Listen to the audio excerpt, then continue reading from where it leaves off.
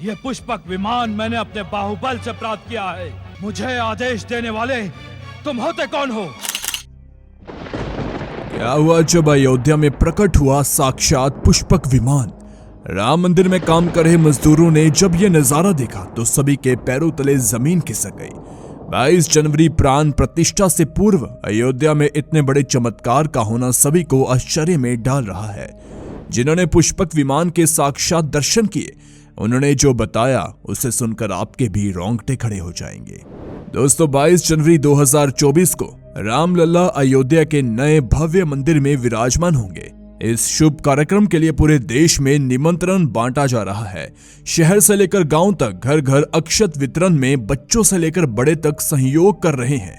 यहां तक कि महिलाएं भी घर घर जाकर अक्षत और श्री राम की अयोध्या की फोटो वितरण कर रही है। अयोध्या में राम मंदिर में भगवान रामलला की प्राण प्रतिष्ठा कार्यक्रम की तैयारियां तेजी से की जा रही है। इस कार्यक्रम को बेहद भव्य बनाने के लिए कोई कसर नहीं छोड़ी जा रही है। इस बीच राम मंदिर का निर्माण का कार्य भी तेजी से किया जा रहा है। मंदिर निर्माण में जो लक्ष्य लिया उसमें लगभग 90% कार्य पूरा हो चुका है। 50 खंभों पर मूर्तिकारी का काम चल रहा है। पिछले दिनों त्योहार की वजह से ये धीमा पड़ गया था, लेकिन अब वो भी तेज गति से पूरा हो जाएगा। निर्माण कार्य जल्द से जल्द पूरा करने के लिए सभी मजदूर दिन रात मेहनत कर रहे हैं। लेकिन 14 जनवरी वाले दिन रात में कुछ ऐसा चमत्कार हुआ जिसे देखकर सभी मजदूरों के होश उड़ गए। बता दें, जब रात्रि के समय सब मजदूर अपना काम निपटा कर तंबू में सो रहे थे, उसी समय अचानक से उन्हें वहां कुछ हलचल महसूस हुई। श्याम नाम के एक मजदूर ने जब तंबू से बाहर झांक कर देखा तो उसे राम मंदिर के परिसर में कुछ अजीब सी पीली चमकती हुई चीज दिखाई दी। उसने अपने साथियों को जगाना चाहा, लेकिन किसी ने उसकी कोई बात नहीं सुनी। जब हिम्मत करके श्याम राम मंदिर परिसर में पहुंचा तो वहां का नजारा बहुत चौंकाने वाला था, क्योंकि वहां पर उसे एक बहुत ही दिव्य चमत्कारिक विमान दिखाई दिया, जिसका आकार मोर के समान था, जो दिखने में काफी सुंदर और तेज रोशनी से परिपूर्ण था, जो कि राम मंदिर परिसर में पिछले क्षेत्र में उतर रहा था। लेकिन उस समय विमान को नियंत्रित कौन कर रहा था ये समझ नहीं आ रहा था, क्योंकि इस विमान में इतनी तेज रोशनी थी कि उसे सामान्य आंखों से नहीं देखा जा सकता था। लेकिन समझ में कुछ ऐसा रहा था कि मानो स्वयं साक्षात भगवान राम पुष्पक विमान के माध्यम से अयोध्या में उतर रहे हो। श्याम ने यह चमत्कार अपनी आंखों से देखा था, लेकिन अचानक से वो बेहोश हो गया, क्योंकि वो उसकी तेज रोशनी को सहन नहीं कर पा रहा था। श्याम जब सुबह उठा तो वो उसी स्थान पर मौजूद था। उसके साथ ही मंदिर निर्माण कार्य को पूरा करने के लिए जा रहे थे। उसने सभी को रोककर रात्रि की सच्चाई बताई, लेकिन सभी उसकी हंसी उड़ा रहे थे। लेकिन श्याम मन ही मन समझ चुका था कि प्रभु श्री राम अयोध्या आ चुके हैं। यह उसके लिए सौभाग्य था कि उसे इतना सुंदर दृश्य देखने को मिला, जहां शायद उसने साक्षात पुष्पक विमान के दर्शन किए थे। यानी कि प्राण प्रतिष्ठा से पहले अयोध्या प्रकट हुआ साक्षात पुष्पक विमान।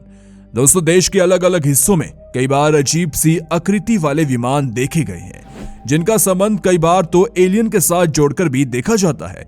यानी कि अयोध्या में उस रात्रि को मोर की आकृति का विमान देखना वास्तव में प्रभु श्री राम का ही कोई संदेश हो सकता है।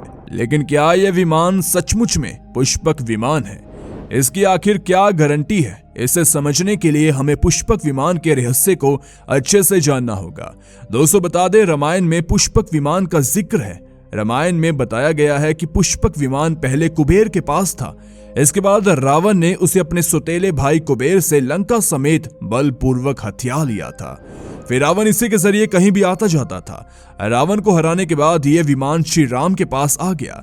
वो जीत हासिल करने के बाद इसी विमान से अयोध्या पहुंचे थे। रावण ने इसी के जरिए पंचवटी आश्रम से माता सीता का हरण किया था। उन्हें उस पर बिठाकर वो लंका ले गया था। कहा जाता है कि पुष्पक विमान आज के विमान की तरह था। पुष्पक विमान के जरिए रावण हवाई मार्ग से सफर किया करता था। रावण को मौत के घाट उतारने के बाद उसी विमान के जरिए प्रभु श्री राम, माता सीता और लक्ष्मण लंका से अयोध्या लौटे थे। रामायण में जिस तरह से पुष्पक विमान का जिक्र मिलता है, उससे तो यही लगता है कि यह आज के हवाई जहाज की तरह था, लेकिन तकनीक के मामले में यह मॉडर्न एरोप्लेन से कहीं आगे था। रामायण के सुंदरकांड के 7वें अध्याय में पुष्पक विमान के बारे में जानकारी मिलती है। पुष्पक विमान की आकृति मोर की तरह थी। इसकी तकनीक इतनी उत्कृष्ट थी कि इसका आकार छोटा और बड़ा किया जा सकता था। कहा जाता है कि रावण अपनी पूरी सेना को साथ लेकर इस विमान से उड़ान भर सकता था। पुष्पक विमान अपने चालक की इच्छा के अनुसार गति पकड़ता था। यह मन की गति से उड़ान भर सकता था। विमान में बैठने के लिए कई आसन बने थे। पौराणिक कथाओं के मुताबिक युद्ध के बाद भगवान श्री राम ने विमान का पूजन कर यह दिव्य विमान वापस कुबेर को सौंप दिया। कुबेर ने पुष्पक विमान को भेंट स्वरूप प्रभु श्री राम को दे दिया, जिसके बाद इसी पुष्पक विमान से प्रभु श्री राम, माता सीता और लक्ष्मण अयोध्या पहुंचे। अब 200 कई हजारों सालों बाद एक बार फिर जब भव्य राम मंदिर का निर्माण हुआ तो प्रभु श्री राम अपने भाई लक्ष्मण और माता सीता के साथ एक बार फिर से अयोध्या धाम पहुंच रहे हैं, वो भी अपने उसी पुष्पक विमान पर, जिसका नजारा वहां के मजदूर अपनी आंखों से देख चुके हैं। बता दे, रामायण के प्रसंग में कहा गया है कि जब माता सीता को हरण करके रावण ले जा रहा था तो रास्ते में जटायु ने अपनी चोंच से रावण को चोट पहुंचाई। उसी समय रावण पुष्पक विमान पर ही मौजूद था। इसके बाद रावण ने तलवार से जटायु को लहूलुहान कर दिया था।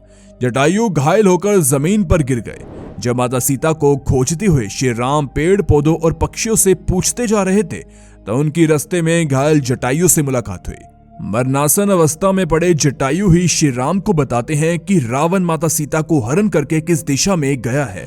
लेकिन जब साक्षात प्रभु श्री राम पुष्पक विमान में विराजमान होकर अयोध्या आ चुके हैं तो भला उनके परम भक्त जटायु कैसे पीछे रह सकते हैं। अयोध्या में राम लला की प्राण प्रतिष्ठा से पहले जनपद की सीमा में गिद्धों का झुंड दिखाई दिया। स्थानीय लोग इसे गिद्धराज जटायु से जोड़कर देख रहे हैं। वो इसे शुभ संकेत भी मान रहे हैं। मिल्कीपुर तहसील क्षेत्र के गांव धरोली में पिछले 10-12 दिनों से गिद्धों का झुंड रह रहा है। हालांकि इस गांव से गिद्ध उड़ गए हैं, लेकिन वो अयोध्या की सीमा में इधर उधर दिखाई दे रहे हैं। गांव वालों का कहना है कि पिछले 40 वर्षों से हम लोगों ने इलाके में गिद्ध नहीं देखे। अब जब राम मंदिर बन रहा है तो इस गांव में लगभग 40 से 50 संख्या में गिद्ध आकाश में दिखाई दे रहे हैं। उनमें से 10-12 गिद्ध गांव में ही सेमल के पेड़ पर रह रहे थे। गिद्धों के दिखने की घटना को ज्यादातर लोग प्रभु राम से जोड़कर देख रहे हैं और शुभ संकेत भी मान रहे हैं। 22 जनवरी को होने वाली प्राण प्रतिष्ठा के समारोह में देश के प्रधानमंत्री नरेंद्र मोदी ने देश विदेश की कई महान हस्तियों को निमंत्रण दिया है। लेकिन दोस्तों, आपको जानकर हैरानी होगी, नेपाल में भी कुछ विशेष लोगों को समारोह में आने का निमंत्रण दिया गया है। इसके पीछे का रहस्य जानकर आपके भी होश उड़ जाएंगे। बता दें, नेपाल को भगवान श्री राम का ससुराल कहा जाता है, क्योंकि नेपाल एक समय पर जनकपुर धाम था, जहां के राजा थे राजा जनक, और उनकी पुत्री मां सीता वहीं पर भूमि से प्रकट हुई थी। दोस्तों, बता दें, 22 जनवरी को प्राण प्रतिष्ठा का समारोह होने वाला है। इसके लिए श्री राम जन्मभूमि तीर्थ क्षेत्र ट्रस्ट की तरफ से भगवान राम के ससुराल यानी कि नेपाल के कई गणमान्य लोगों को निमंत्रण पत्र भेजे गए हैं। दोस्तों, आज हम राम मंदिर को बनते हुए देख रहे हैं। यह हमारा सौभाग्य है, लेकिन इस भव्य राम मंदिर को बनाने में कई हजार सेवकों और राम भक्तों का बलिदान छुपा है। उस समय आक्रमणकारियों ने काशी, मथुरा के साथ साथ अयोध्या में भी लूटपाट की। पुजारियों की हत्या कर मूर्तियों को तोड़ने का कर्म जारी रखा, लेकिन 14वीं सदी तक वो अयोध्या में राम मंदिर को तोड़ने में सफल नहीं हो पाए, क्योंकि हर बार राम मंदिर और अयोध्या की रक्षा करने के लिए आसपास के राजा मदद भेज देते थे। हजारों साधुओं ने भी मंदिर की रक्षा के लिए अपने प्राणों की आहुति दे दी थी। विभिन्न आक्रमणों को झेलते हुए श्री राम की जन्मभूमि पर बना भव्य मंदिर 14वीं शताब्दी तक बचा रहा।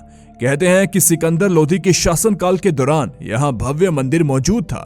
15वीं शताब्दी में हिंदुस्तान पर मुगलों का अधिकार हो गया और उसके बाद ही राम जन्मभूमि और अयोध्या को नष्ट करने के लिए कई अभियान चलाए गए और वर्ष 1527 में इस भव्य मंदिर को तोड़ दिया गया।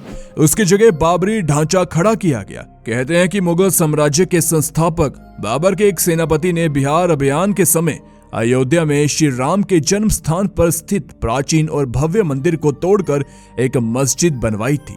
19 जनवरी 1885 को हिंदू महंत रघुवीर दास ने पहली बार इस मामले को फैजाबाद के न्यायाधीश हरि किशन के सामने रखा था।